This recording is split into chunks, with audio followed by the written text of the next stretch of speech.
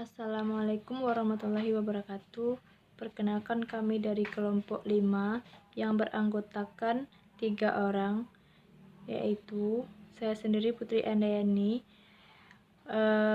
Poppy Putri Melda, dan Fadila Dwi Putri. Tujuan pembelajaran kita hari ini yaitu untuk mengetahui keanekaragaman gen, untuk mengetahui keanekaragaman spesies, untuk mengetahui keanekaragaman populasi, untuk mengetahui keanekaragaman ekosistem, dan untuk mengetahui apa saja manfaat dari keanekaragaman hayati. Yang pertama yaitu keanekaragaman gen. Keanekaragaman gen adalah perbedaan atau variasi gen yang terdapat dalam satu spesies makhluk hidup. Contohnya seperti buah durian yang memiliki kulit tebal, kulit tipis, dagingnya tebal, kemudian biji besar atau biji kecil. Demikian pula dengan buah pisang yang mempunyai ukuran, warna, bentuk, dan tekstur, serta rasa daging buah yang tidak sama dengan pisang yang lainnya. Pisang mempunyai beberapa variasi yaitu pisang Raja Uli, pisang Raja Molo, pisang Raja Jambe, dan pisang Raja Sereh. Keanekaragaman sifat genetik pada suatu makhluk hidup dikendalikan oleh gen-gen yang ada di dalam kromosom yang dimilikinya.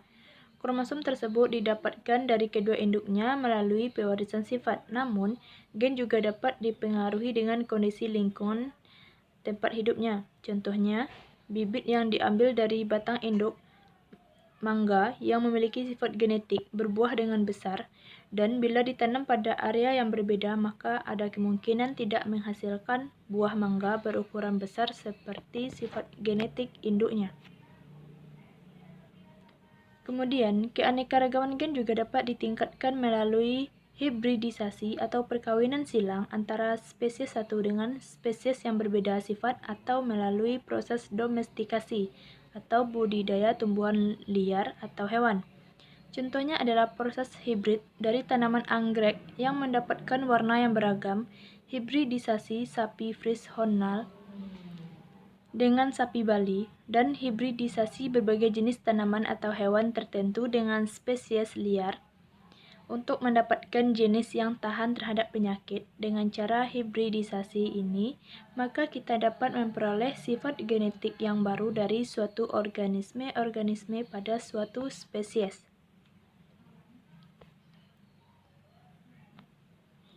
Contoh keanekaragaman tingkat gen yaitu pada mangga, yang mana mangga memiliki keanekaragaman hayati tingkat gen.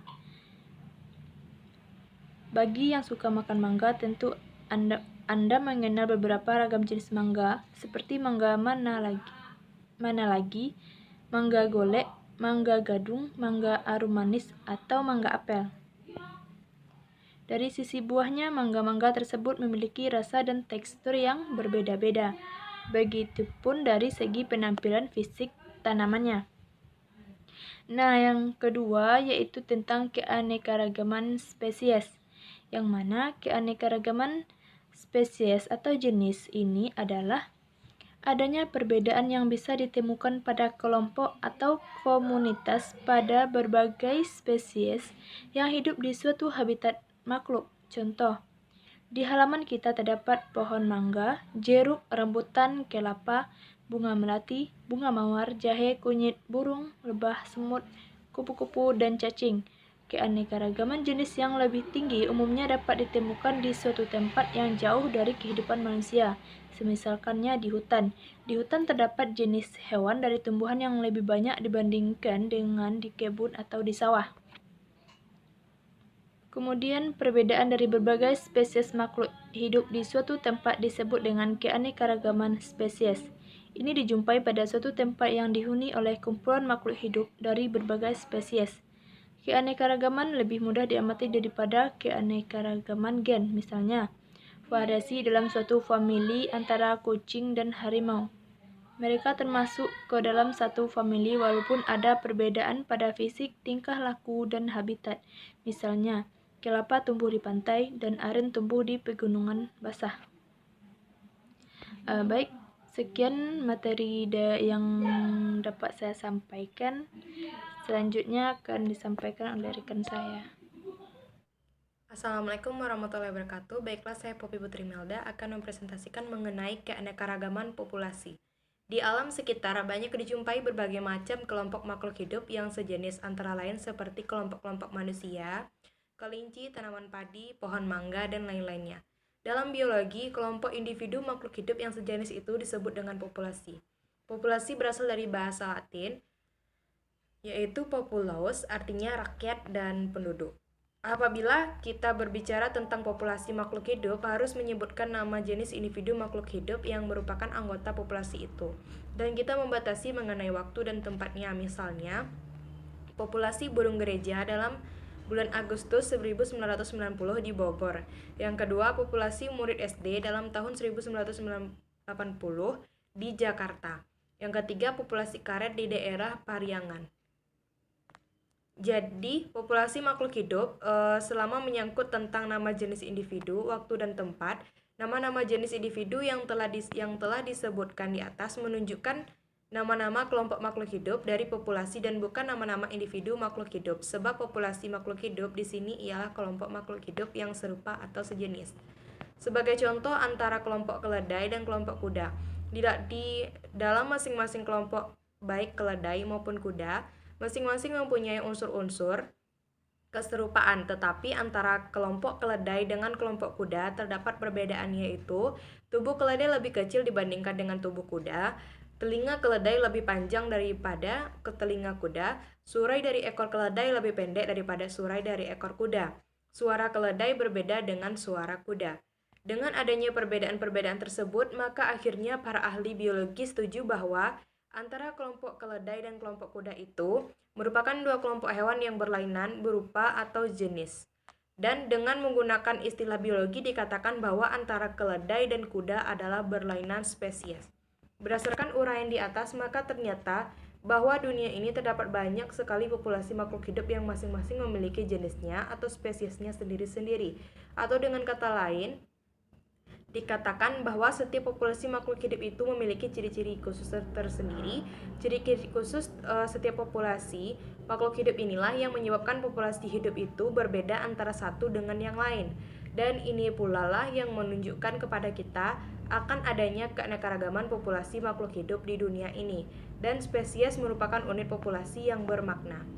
Yang keempat itu ada keanekaragaman ekosistem, merupakan penggabungan dari setiap unit biosistem yang melibatkan interaksi timbal balik antara organisme dan lingkungan fisik sehingga aliran energi menuju kepada suatu struktur biotik tertentu dan terjadi suatu siklus materi dan anorganisme.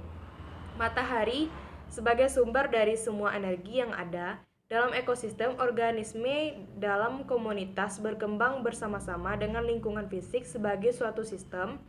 Semua makhluk hidup berinteraksi dengan lingkungan yang berupa faktor biotik dan abiotik. Faktor biotik ini meliputi berbagai jenis makhluk hidup lain, sedangkan termasuk faktor abiotik adalah iklim, cuaca, suhu, air, tanah, kelembapan, dan lain-lain. Maka ekosistem ini merupakan kesatuan dari biotik dan abiotik yang bervariasi. Di bumi ada dua macam ekosistem, yaitu ekosistem buatan dan ekosistem alami. Secara garis besar, ekosistem alami ini terbagi menjadi ekosistem darat dan ekosistem perairan. Pada ekosistem perairan ini dibedakan pula, yaitu ekosistem air tawar dan ekosistem air laut. Yang pertama itu ada ekosistem darat atau terestrial, merupakan ekosistem yang lingkungan fisiknya berupa daratan berdasarkan garis geografis. Ekosistem darat sebagai berikut, ada bioma gurun, bioma padang rumput, bioma hutan hujan tropis, bioma tundra, bioma taiga, bioma karst, bioma hutan gugur. Yang kedua yaitu ekosistem perairan atau akuatik. Ekosistem perairan adalah ekosistem yang berkomponen abiotiknya sebagian besar terdiri atas air. Makhluk hidup komponen biotik dalam ekosistem perairan dibagi atas beberapa kelompok, antara lainnya sebagai berikut, yaitu ada plankton. Plankton adalah terdiri atas fitoplankton dan zooplankton. Organisme ini dapat bergerak dan berpindah tempat secara pasif karena pengaruh arus air seperti ganggang, uniseluler, dan protozoa. Yang kedua itu ada nekton, adalah organisme yang bergerak aktif, berenang seperti katak dan ikan. Yang ketiga itu ada neoston, adalah organisme yang mengapung di permukaan air seperti eceng gondok, serangga, air, ganggang, dan teratai. Selanjutnya itu ada bentos, adalah organisme yang berada di dasar perairan seperti cacing, udang, ganggang, dan kepiting. Selanjutnya ada perifiton, adalah organisme yang melekat pada organisme lain seperti siput dan ganggang. Ekosistem perairan dibedakan menjadi dua macam, yaitu ekosistem air tawar dan ekosistem air laut. Baiklah, hanya itu yang dapat saya sampaikan. Sekian, terima kasih. Assalamualaikum warahmatullahi wabarakatuh. Assalamualaikum warahmatullahi wabarakatuh. Saya Fadlatu Putri akan melanjutkan materi selanjutnya, yaitu tentang manfaat keanekaragaman hayati. Keanekaragaman hayati memiliki berbagai peran yang dapat bermanfaat bagi kehidupan manusia. Yang pertama yaitu sumber pangan. Adanya keberagaman hayati yang terdapat di sekeliling dapat dijadikan sebagai sumber pangan bagi manusia. Dengan keanekaragaman hayati di Indonesia yang memiliki 400 jenis tanaman penghasil buah, 370 jenis sayuran, 70 jenis tanaman berumbi, dan 55 jenis rempah-rempahan dan hewan yang beragam yang dapat digunakan sebagai bahan konsumsi. Yang pertama yaitu sumber karbohidrat, digunakan sebagai bahan makanan pokok yang berasal dari berbagai jenis tanaman padi, jagung, gandum, sagu, umbi, singkong, dan talas. Yang selanjutnya yaitu sumber protein, dapat dijadikan sebagai pauk yang berasal dari jenis hewan seperti ikan, ayam, sapi, dan udang. Sayur-sayuran yang berasal dari berbagai tanaman seperti bayam, kangkung, kubis, sawi, tomat, wortel, buncis, dan jagung. Buah-buahan yang berasal dari berbagai jenis tumbuhan buah-buahan seperti jambu, rambutan, durian, kelengkeng, pisang, dan lain-lain. Minuman yang kaya akan vitamin dan mineral berasal dari hewan maupun tumbuhan, yaitu susu sapi, susu kambing, dan air kelapa. Selanjutnya itu sumber sandang. Sandang atau pakaian merupakan kebutuhan dasar manusia yang dapat dibuat serat berasal dari berbagai jenis hewan maupun tumbuhan, seperti kapas, daun pisang, ulat sutra, bulu, biri-biri, dan lain-lain. Adapun pemanfaatan beberapa tanaman dan hewan yang berguna sebagai pakaian adalah sebagai berikut. Yang pertama yaitu tanaman. Masyarakat suku Dani di Lembah Baleim, Papua menggunakan labu air untuk membuat koteka pada laki-laki dan wanita. Di Papua menggunakan tumbuhan serta wen kem untuk berpakaian. Selanjutnya hewan, berkembangnya teknologi kulit sapi bisa diolah menjadi sepatu, kulit buaya bisa diolah menjadi tas, kulit domba bisa diubah menjadi jaket, ulat sutra bisa diubah menjadi kain sutra, bulu burung bisa dijadikan aksesoris pakaian. Yang selanjutnya yaitu sumber papan. Biasanya masyarakat menggunakan bambu dalam membangun rumah untuk membuat jendela, atap, dan tiang. Beberapa tumbuhan sering digunakan dalam pembangunan rumah antara lain yaitu jati, meranti, nangka, kayu ulin, bambu, dan lain-lain. Sedangkan untuk membuat atap serta dinding rumah digunakan tumbuhan yaitu tumbuhan alang-alang. Yang selanjutnya yaitu sumber obat. Keanekaragaman hayati di Indonesia 30.000 spesies tumbuhan, terdapat 940 spesies tumbuhan yang digunakan sebagai obat dan 250 spesies tanaman obat digunakan dalam industri obat herbal. Seperti pohon kina, Cinchona calisaya, Cinchona officinalis yang kulitnya mengandung alkaloid kina yang dapat berguna untuk membantu penyembuhan malaria. Yang selanjutnya yaitu madu dari lebah yang dapat berguna untuk meningkatkan daya tahan tubuh, buah mengkudu yang dapat berguna untuk menurunkan tekanan darah tinggi, buah merah yang dapat digunakan sebagai obat kanker, kolesterol, maupun diabetes, serta ular bagian daging yang lemaknya dipercaya dapat mengobati penyakit kulit seperti gatal-gatal. Baiklah, hanya itu yang dapat saya sampaikan. Saya sudahi, wabillahi taufiq wal hidayah. Wassalamualaikum warahmatullahi wabarakatuh.